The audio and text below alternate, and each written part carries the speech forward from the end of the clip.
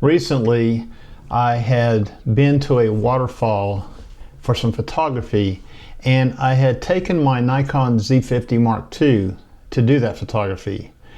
Normally when I'm at a location like this, I usually do some kind of bracketing shots with the camera. Now I set everything up in the Z50 Mark II to do bracketing like I normally do in most of my other camera bodies, my Nikon camera bodies, but it would not take the photographs and adjust the exposure. Now I was in manual mode, okay, I always shoot manual mode, so my shutter speed, my aperture, and my ISO are all set by me. But I am used to bracketing. When you take a bracketing photograph, that it adjusts the aperture and not the shutter speed, okay? But I don't know, I may have missed this in my whole life. I may have a senior moment here, okay? But I had to come home and do some research, and I'm going to show you what I found out about the newer Nikon bodies. This does not only affect the Nikon Z50 Mark II, it also affects my Z8, because I went and checked in the menu in there. I don't know why, okay, but I have not done any bracketed photography with my Z8 that I would have noticed this, but I did notice it on the Z50 Mark II. So let me show you in the video what I'm talking about.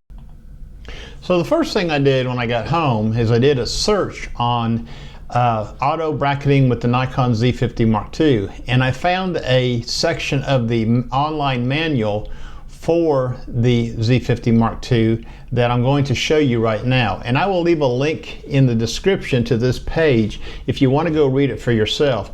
But basically what it says is if you're doing auto bracketing in manual mode, okay, you have to tell the camera how you want it to adjust its settings. And on the Nikon Z50 Mark II, it's under the custom settings menu E5. On my Z8, it's under the custom settings menu E6, okay, but they both say the same thing. So what I had to do is I had to go in and change my setting on E5, okay, to be flash/aperture, because that is what I wanted to change, is the aperture, not the shutter speed and not the ISO. So let me show you in the back of the camera where you can find that at.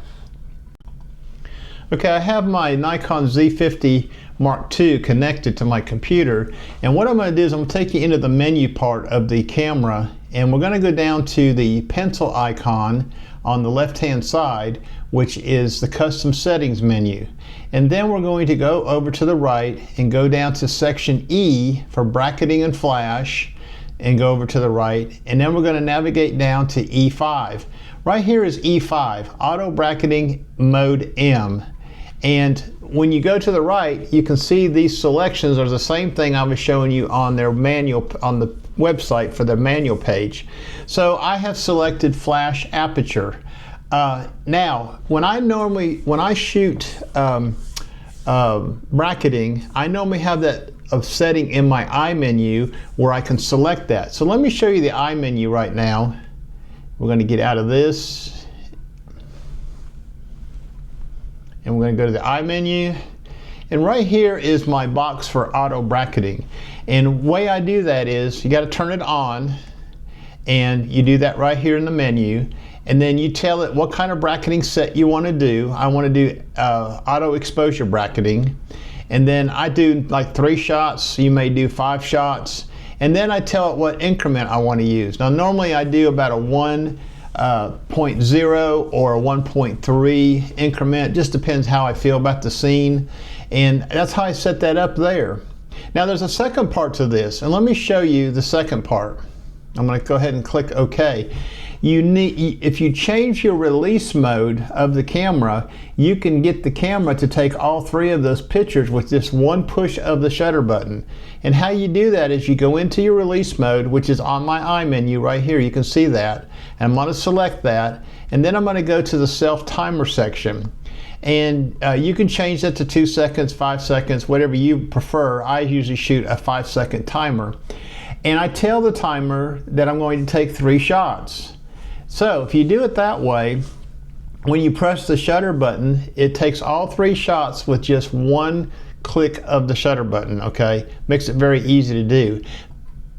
This camera was not doing that, and I couldn't figure it out in the field. Now, one more thing to remember, this setting is in all newer Nikon bodies. It's in my Z8, I'm assuming it's in the Z9, the Z6 III, the Z5 II, and the Z50 Mark II. I would look at the Z6 II and the Z7 II to see if there's anything in there on those cameras, because I don't own those cameras anymore, so I can't go back and look. But I honestly, folks, I have never run across this before on any of my Nikon camera bodies. This is the first time that I've found this, and it's all new to me, okay? It may be new to you. So if you're having trouble getting your camera to do auto bracketing, and I'm not sure what the default is from the factory for that, okay? The default may be aperture, I don't know. You can go check and see if you've got a brand new camera body. But all I know is mine was set differently, and yeah, I don't know. Anyways, that's what I wanted to tell you in this video.